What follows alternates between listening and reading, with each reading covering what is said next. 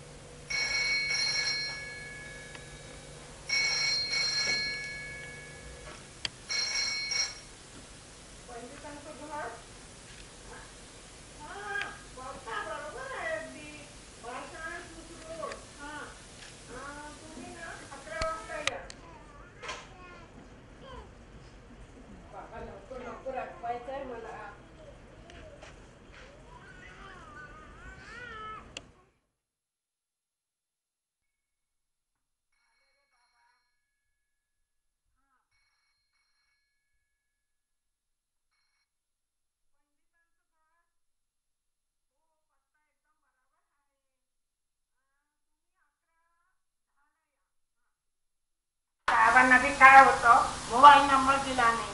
आता मी काम करते पटापट.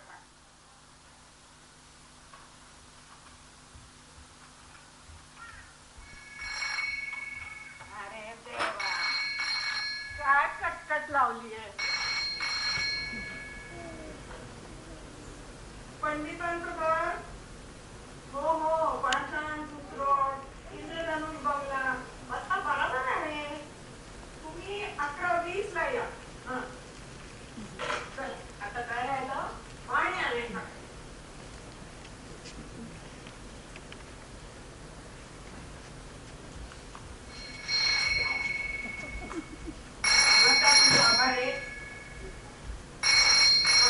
केली रे माझी. पंडितांचं घर? अहो, एकदम बरोबर आहे पत्ता. पाषाण रोड, इंद्रधनुष बंगला. तुम्ही 11:30 या. तुमचा फोन यायचा, मी जातेच तशी. कटकट नको. पंडितांचं घर? हो, लांब रे. 150 रुपये द्यावे लागले रिक्षावाल्याला आणि उपकार केल्यासारखा. 11ची वेळ दिलेली. वेळ पाळायला नको. कुठे मिस्टर पंडित कुठे? अहो, ते बाहेर गेले. येतच असतील. बसा ना. पाणी नको, जाते मी.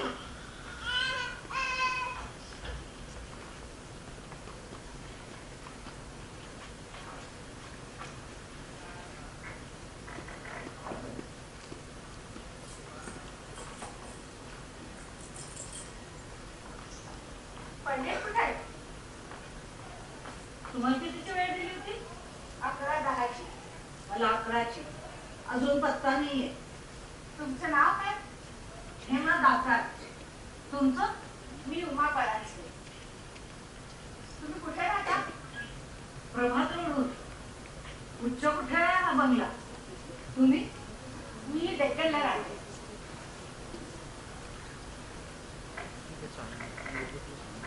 मी ना स्वतःची गाडी घेऊन आली. हो, मला गाडी चालवायला खूप आवडते.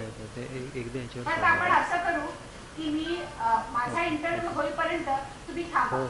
मग मी तुम्हाला प्रभात रोडला सोडते. Good idea. तुम्ही काय करता? मी फिजिओथेरपिस्ट आहे. गेली 25 वर्ष प्रभात रोडला माझं क्लिनिक चालवते. पण आता त्याचा सुद्धा कंटाळा आलाय. का हो? अहो, काय होतं की संध्याकाळी वेळ अगदी खायला उठतं, वेळ जात नाही, म्हणून फक्त 5 ते 8 क्लिनिक चालवते. तुम्ही काय करता? मी हिस्ट्रीचे प्रोफेसर होते कॉलेजमध्ये आणि आता इतिहास संशोधन मंडळात मधून जात.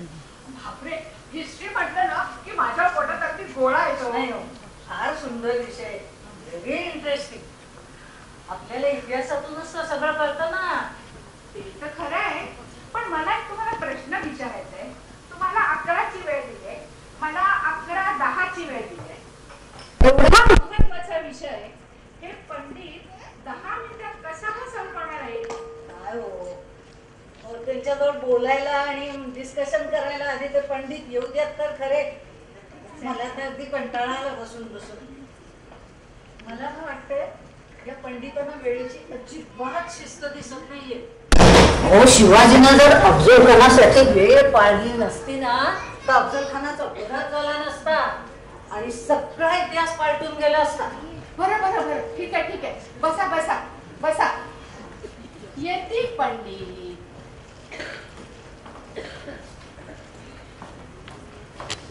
पंडित इथेच राहतात ना? हो. तुम्ही इंटरव्ह्यू साठी चालायत का? हो, बरोबर. सुरू नाही झाली इंटरव्ह्यू? नाही. पंडित साहेब घरात नाहीत का? का हो, तुम्ही इंटरव्ह्यूला आलायत नाही ते? हो. मग द्यायला का घ्यायला? द्यायला. बसायचे.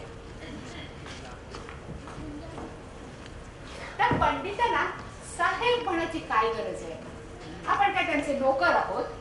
हो ना, त्याने ऍड दिली, आपण इंटरव्ह्यू न आलो एवढंच.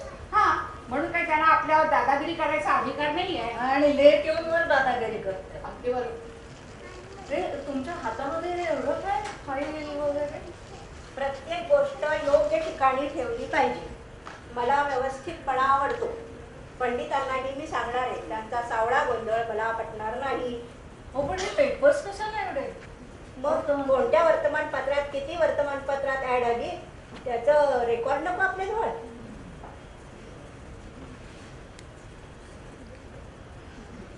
तुम्ही काय करता?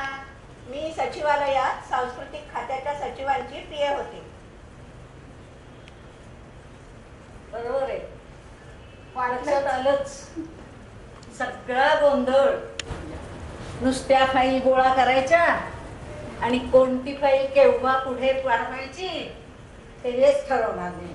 कशावरून म्हणताय तुम्ही अरे असं? कशावरून म्हणजे काय, माझ्या शिवाजीच्या कार्यक्रमाची फाईल आज कित्येक दिवस तुमच्या खात्यात नुसती धूळ खात पडली. तुमची फाईल एक वेळ धूळ खात पडेल पण हरवणार नाही हे निश्चित.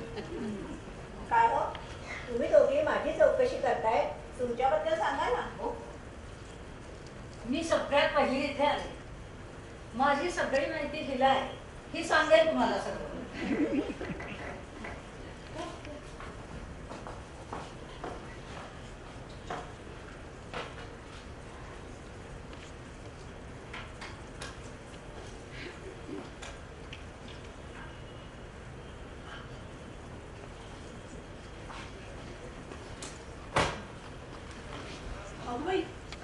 चुकलं वाटतं घर. अहो, या या. अहो पंडितांच्या घरी जायचं हे होतं. पंडितांचंच घर आहे. आम्ही सगळ्या पंडितांच्याच घरी आहोत. पण पंडित कुणाच्या घरी आहेत ते मात्र माहिती नाही. तुमचं काय नाव? माझं नाव जयश्री पानसे. अहो तुम्हाला सगळ्यांना बघून घाबरलीच मी. म्हटलं चुकलं की काय घर. तुम्ही अगदी योग्य घरी आला आहात. पाणी वगैरे देऊ? म्हणजे पंडितांनी ह्यांना ऑलरेडी सिलेक्ट केलंय वाटतं. नाही. आणि आपल्याला बोलवण्याचं नुसतं फास की काय? छे हो, तसलं काही नाही. आम्ही सगळ्या पंडितांसाठी तिथे थांबलोय. पण पंडितांचा नाही पत्ता. मग आपल्या एकमेकींच्या आवडी निवडी शेअर करत बसलोय.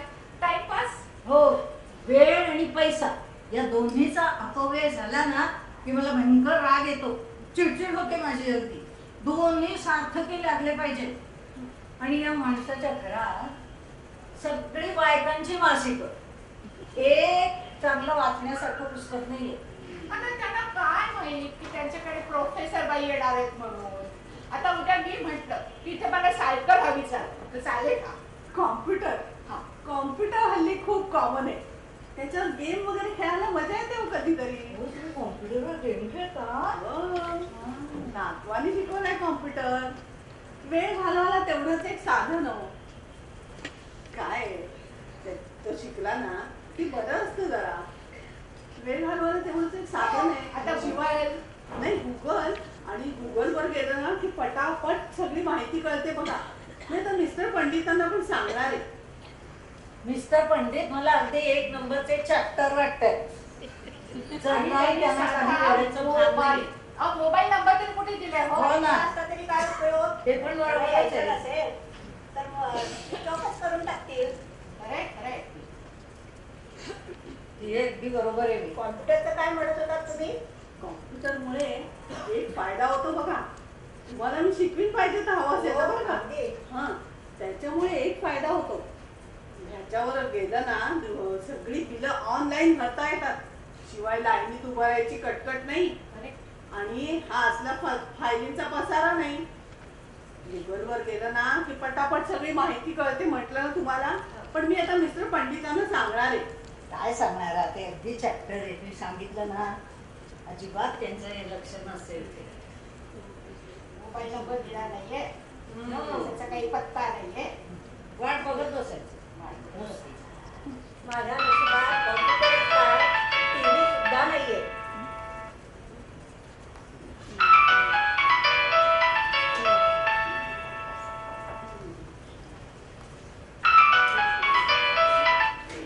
हॅलो, बोल म्हणत्या. बोल बोल. हो पोहोचले. नाही अजून भेट झाली नाही. अरे अजिबात ऍडजस्टमेंट करणार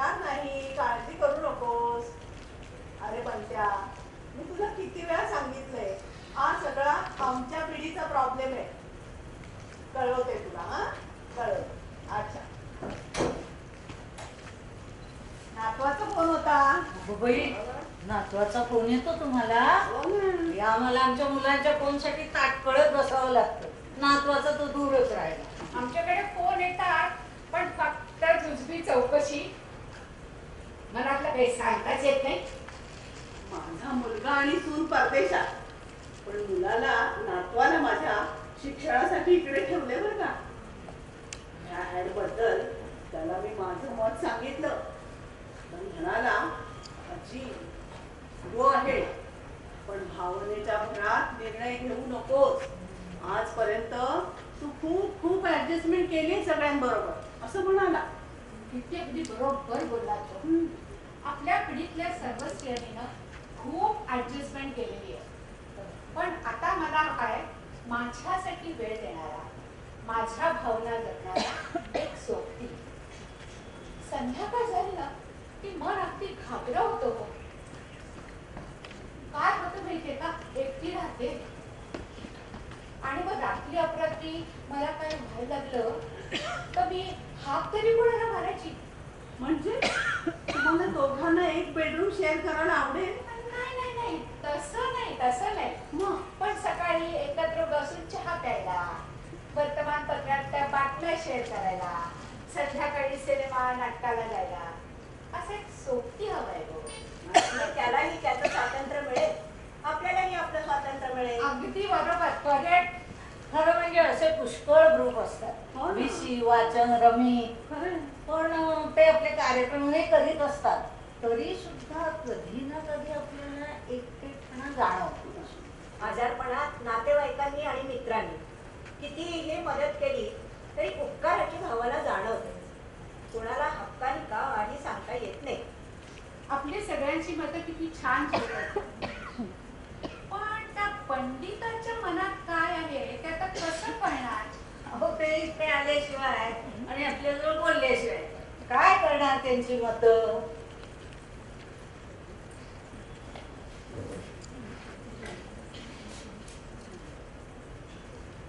अगं बाई, बाहेर पाऊस सुरू झालाय. काय सांगताय? हो. पाऊस पडायला लागला. अरे, किती छान. आता मला रिक्षा पण मिळायची. आम्ही तुम्हाला लिफ्ट देणार आहे हो, का? खरंच की. तुम्हाला पण लिफ्ट मला चालेल, मला चालेल. ह्या पावसात ना लॉंग ड्राईव्ह वर जायला फार मजा येते हो. आणि अंगात घातलेला मस्तपैकी चहा प्यायला. आणि गरमागरम कांद्याची भजी. हे गप. मला इथे भूक लागली आणि तुम्ही हे असले बडबड करताय, त्याने आणखीन भूक चालवते. आणि हे मिस्टर पंडित, त्यांचा तो पत्ताच नाही अजून. त्यातून पाऊस सुरू झाला म्हणजे आता यायची शक्यता अगदीच कमी दिसते. या पाऊस आहे का? सगळे कपडे ओले. या कोण तुम्ही? आम्ही स्वागत समितीवरती आहोत. त्या सगळ्यांचं स्वागत आम्हीच केलंय. अहो, नाही, तुमचा काहीतरी गैरसमज होते का? नाही, एवढ्या बलगावून आल्या दिसताय तुम्ही. हो. बॅग बिग घेऊन ऍड वाचून. हो, ऍड. अहो, कसली आहे? नाही, तुमचा नक्कीच काहीतरी गैरसमज होतोय. तुम्ही सगळ्यात चुकीच्या ठिकाणी आलेला अजिबात नाही, आम्ही मुळीच चुकीच्या ठिकाणी आलो नाही. पत्ता हाच आहे. ही बघा ऍड. बघू.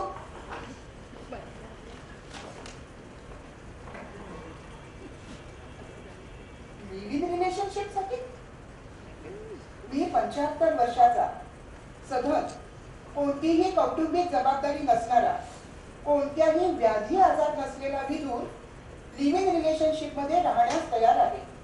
इच्छुक महिलांनी खालील पत्त्यावर संपर्क साधावा. इंद्रधनुष्य, हाच बघा. पाषाण सुस्लो, मारुती मंदिरासमोर, फोन नंबर 256622. नर्मदा, ए नर्मदा. अहो, ती आम्हाला पाणी पाजून केव्हाच निघून गेली.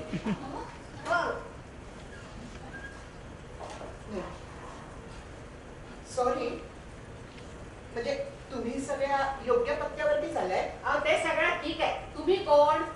अहो, मी मिसेस पंडित. अहो, पंडितांनी आपल्याला फसवलंय. आम्ही तुमच्यावर पोलीस केस करू. रिटायर झाले असले तरी गृहमंत्र्यांपर्यंत जाऊ. हो, गेले 2 तास ते आमच्या भावनांशी खेळ खेळतात. तुमच्यावर उद्या प्रसंग असा आला तर काय वाटेल हो तुम्हाला? बरोबर आहे, बरोबर बोलताय ना ते पटते मला. मी मी पुन्हा एकदा तुमची माफी मागते. हा काय बोल आहे ना तो तुमच्या समोरच सोडवते. या या या मिस्टर पंडित या. नाही बसा बसा. नाही बसा बसा इकडे बसा तुम्ही. एक अक्षर बोलू नका. मी विचारीन तेवढ्या प्रश्नांची फक्त उत्तर द्या.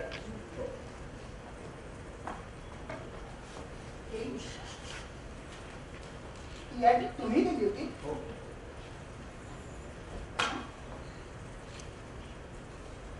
अहो मी 15 दिवस मनालीला गेले तर तुम्हाला इथे मजा करायची होती. नाही तसं तसं नाही. मग कसं सगळं सांगतो.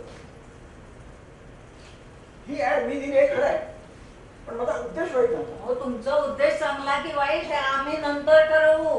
आधी बोला पटापटा काय झालंय ते. ही ऍड माझ्या मित्रासाठी आहे.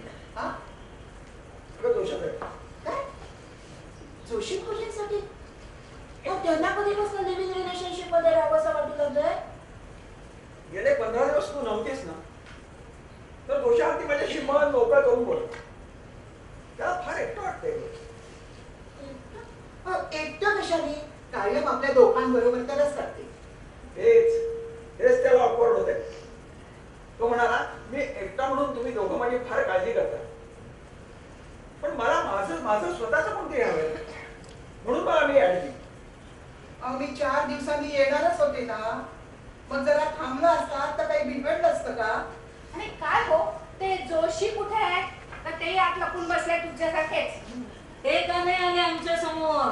हे बघा मी तुमचा राग समजू शकतो, पण ही ऍड मी माझा मित्र जोशी याच्यासाठीच दिली होती. आणि ती घाईनं द्यायचं कारण त्याची विवाहित मुलगी उद्या त्याच्याकडे राहायला येणार होती. ती आपल्या वडिलांना नीट सांभाळतही नाही आणि दुसरं लग्न बी करून देते. म्हणून आम्ही हा मार्ग निवडला. खरं म्हणजे तुमच्याशी बोलायला तो स्वतः तिथे येणार होता आणि त्याला मोकळेपणाने बोलता यावं म्हणून मी बाहेर जाणार होतो. आणि त्याप्रमाणे मी गेलो सुद्धा. 12 वाजता मी परत आलो तर गेट परत मला 5-6 बायकांचे आवाज आले. मग मी म्हटलं दोषांच्या गप्पा मारत बसला वाटतं, पण तेवढ्या दोषाचाच मला फोन आला की त्याची उद्या येणारी मुलगी आज आली आहे आणि म्हणून तो येऊ शकत नव्हता. म्हणजे आता हे सगळं निस्तरण मला करायला लागणार होतं.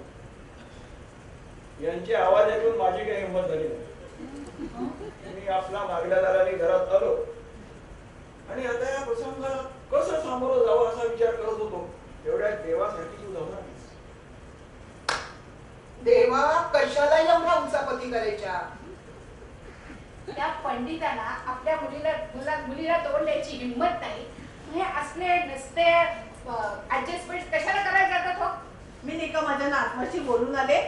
काय सांगू त्याला आता म्हातारा घाबरत निघाला म्हणून. आणि हे रिलेशन कितीही तुम्ही लपवून ठेवलं असतं तरी कधी ना कधी उड्यावर आलंच असतं. हो ना. खरं सांगू का आपल्या माणसांच्या बाबतीत ना पुरुष जरा जास्तीच हळवा आणि भित्र असतो. पण पुरुषाचं लेबल लागलेलं असतं ना त्याला, मग त्याला दाखवावं लागतं मी किती धीट आहे.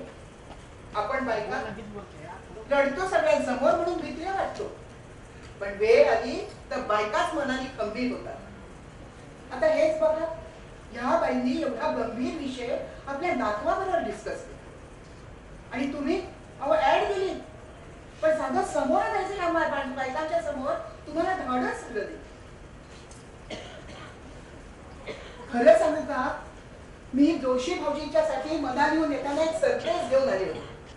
म्हटलं आल्याला माझं सरप्राईज आणि जोशी भाऊजींचं सरप्राईज दोन्ही तुम्हाला एकदम द्यावं. पण काय बोल दिसतात ते तुमचा काय काय मला वाटतं त्याच्यासाठी बायको वगैरे शोधलीस का काय. छे हो कसला ट्रॅडिशनल विचार करता तुम्ही. पण हे सरप्राईज ना फक्त जोशी भाऊजींच्यासाठी नाही आता या सगळ्यांना त्याचा उपयोग होईल. हो हो म्हणजे काय झालं आमची सिनियर सिटीजन्सची टूर मनालीला गेली तर आमच्या ग्रुपमध्ये ना एक 10 जणांचा ग्रुप होता. म्हणजे बायका पुरुष सगळे एकत्र. आणि सुरुवातीला आम्हाला वाटलं असेल सगळे एकमेकांचे नातेवाईक. पण गेट टुगेदर मध्ये जेव्हा त्यांनी आपापली नावं सांगितली, पत्ते सांगितले आणि प्रत्येक जण शेवटी जॉली ग्रुप असं अभिमानाने म्हणत होता. म्हणजे त्यांनी काय केलं माहितीये का, त्यांनी 10 जणांनी एकत्र येऊन एक ग्रुप फॉर्म केलाय. हो, त्यात काय विशेष. असे खूप ग्रुप असतात, हिंडतात, फिरतात, ट्रिपला जातात, एन्जॉय करीत असतात. अगदी बरोबर. पण त्या तुमच्या तसल्या ग्रुपमध्ये ते एकमेकांची जबाबदारी घेत नाहीत. बांधिलकी कुठे असते त्यांच्या. म्हणजे ज्यावेळेस तुम्ही अगदी एकटे असता, तुम्हाला कसली तरी हुरूर लागते आणि ह्या क्षणी कोणीतरी माझ्या जवळ असावं असं ज्यावेळेस तुम्हाला वाटतं, त्यावेळेस तुमच्या ह्या ग्रुपपैकी तुम्ही कोणाला बोलवू शकता का? नाही.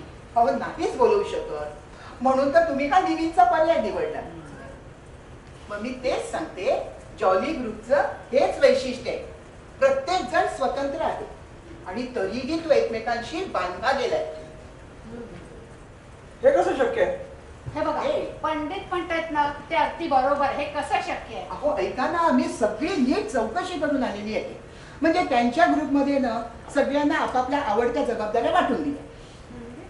अहो म्हणजे मी नाही स्वयंपाक कसला घेऊन बसला, स्वयंपाक वगैरे काही नाही.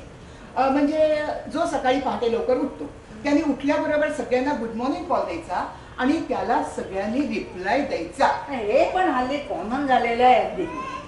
अहो अनकॉमन ऐका ना, ऐका जरा.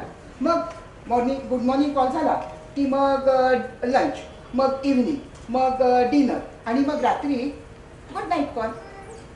ह्या सगळ्या कॉल्सना सगळ्यांनी रिप्लाय द्यायचे. अहो आयुष्यभर घड्याळाच्या काट्यावर काम केलं हो. आता परत म्हातारपणी घड्याळच. अहो म्हातारपणी सुद्धा घड्याळच. त्यावेळेला घड्याळाचे काटे महत्वाचे होते, आता वेळ महत्वाची. आपण म्हणतोच ना, कधी कोणावर कुठली वेळ कधी येईल हे सांगता येत नाही. Something interesting. म्हणजे सगळ्यांचे रिप्लाय आले की समजायचं ऑल इज वेल. करेक्ट. पण एखाद्याचा रिप्लाय आला नाही तर समजायचं काहीतरी गडबड आहे आणि मग त्याच्या मदतीला जायचं. अगदी बरोबर. पण समजा मला ग्रुप बाहेरच्या कोणाबरोबर जर डिनरला जायचं असेल तर मग जा की. मी मगाशीच सांगितलं ना, प्रत्येक जण स्वतंत्र आहे. पण जाताना आपल्या ग्रुपला इन्फॉर्म करून जायची, शिस्त पाळायची. मी आल्यापासून यांना सगळ्यांना हेच सांगते की वेळ किती महत्वाची आहे ते. आणि मिसेस पंडित, काय? तुमच्या त्या जॉली ग्रुपचा मला नंबर द्या पाहू. नक्की दे. मी कॉन्टॅक्ट करते लगेच. जरूर दे तुम्हाला, जरूर दे. म्हणजे जोशाला तू या जॉली ग्रुपला जॉईन करणार होतीस? अहो हो, म्हणजे जोशी भाऊजींना त्यांच्या प्रिय घरात राहून कोणाबरोबर तरी सवाई गंधर्वाला जाता येईल. लॉंग ड्राईव्हला ते कोणाला तरी कंपनी देतील. शिवाय मायेने चौकशी करणारी त्यांची हक्काची माणसं मिळतील त्यांना. तुमच्या ह्या लिव्हिंग मध्ये फक्त एकच मिळाली असते आणि ती काही सर्व गुण संपन्न मिळाली नसत. वय वाढायला लागलं ना की पुरुषाला आईच्या मायेने काळजी घेणारी, मैत्रिणीसारखी हुंदडणारी आणि बहिणीसारखी मधून मधून भांडणारी अशी स्त्री हवी असते. खरं म्हणजे फक्त पुरुषांच्या बाबतीत नाही, बायकांना सुद्धा बापाच्या मायेने काळजी घेणारा, मित्रासारखा हुंदडणारा, आवडी निवडी जपणारा, भावाभावासारखा भांडणारा आणि चर्चा पण करणारा. मला वाटतं तुमचं ना सगळ्यांचा जॉली ग्रुप मध्ये छान जमेल. मी तुमची नक्की ओळख करून देईन. चालेल चालेल. नाही पण मी सांगितलं म्हणून लगेच तुम्ही भारावून जाऊन निर्णय घेऊ नका, कारण हा ज्याचा त्याचा वैयक्तिक प्रश्न आहे ना. त्या म्हणतात ते खरं आहे ना. आपण उत्तम शिकलेल्या, छान संसार केलेल्या पण एका विशिष्ट ट्रॅडिशन मध्ये चालणाऱ्या बायका, त्यामुळे पुनर्विवाह आपल्याला मान्य नाही. म्हणून हा लिव्हिंगचा पर्याय पत्करला. पण ह्यांनी सांगितलेलं जे ऑप्शन आहे ना, त्याचा आपण जरूर विचार करावा. काय म्हणताय? मी तेच म्हणते. अहो लिव्हिंग मध्ये राहण्यापेक्षा लिव्ह विथ रिलेशन्स मध्ये जगा ना. अरे त्या दोषाच्या मुलीला सांगते सगळे का?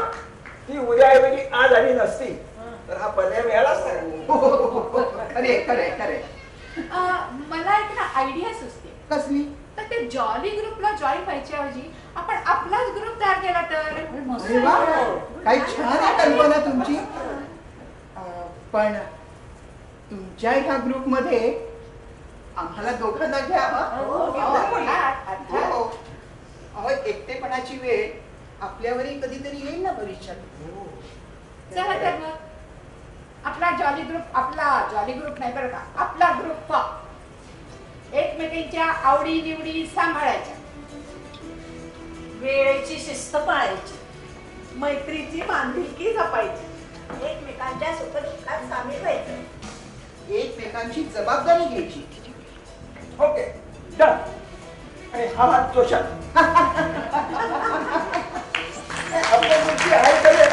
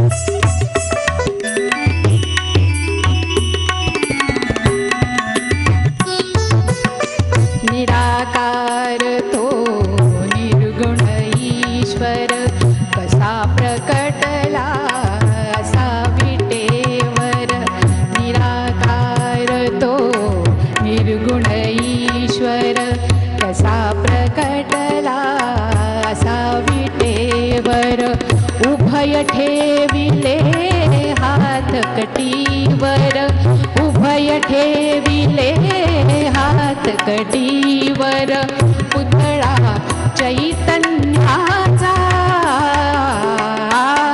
कानडा राजा पंढरीचा, कानडा राजा पंढरीचा.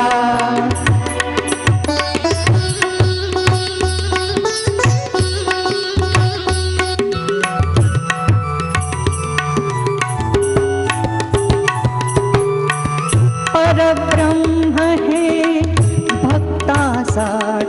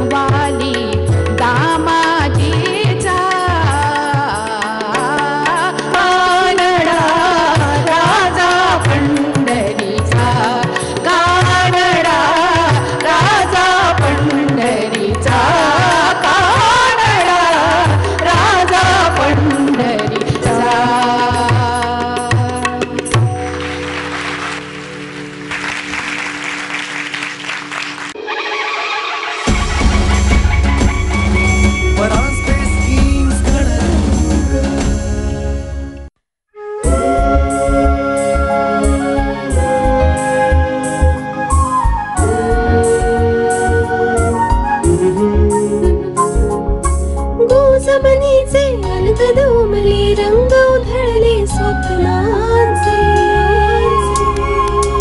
गुजमनीचे अलगद उमले रंग उधळले स्वप्नांचे नात्यांचे हे सुगंध गुंफण फुलले रंग गणरंगाचे